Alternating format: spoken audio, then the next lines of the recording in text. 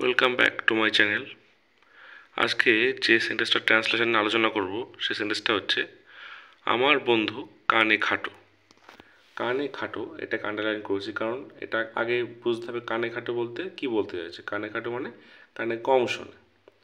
তাহলে এটা কীভাবে ইংরেজিতে লেখা যায় সেটা দেখা যাক। তাহলে কানে খাটো এই এক্সপ্রেশনটাই হচ্ছে মোস্ট ইম্পর্ট্যান্ট ম্যাটার এখানে। তো আমার বন্ধু কানে খাটো মানে আমার বন্ধু হয় কানে খাটো, এটা প্রেজেন্ট ইনডেফিনিট টেন্সের একটা এক্সাম্পল। তো মাই ফ্রেন্ড ইজ, এবার কানে খাটো এই যে এক্সপ্রেশনটা সেটা কী হবে, এটা হবে হার্ড অফ হেয়ারিং। এই যে হার্ড অফ হেয়ারিং এটার মানে হচ্ছে কানে খাটো। তাহলে পুরো সেন্টেন্সটা কী দাঁড়ালো, আমার বন্ধু কানে খাটো, ইংলিশ হবে my friend is hard of hearing. আশা করছি এই ধরনের এক্সপ্রেশনগুলো খুবই কাজে লাগবে। তো ভিডিওটা ভালো লাগলে অবশ্যই লাইক করবেন, শেয়ার করবেন, আর চ্যানেল নতুন হলে সাবস্ক্রাইব করতে ভুলবেন না। Thank you.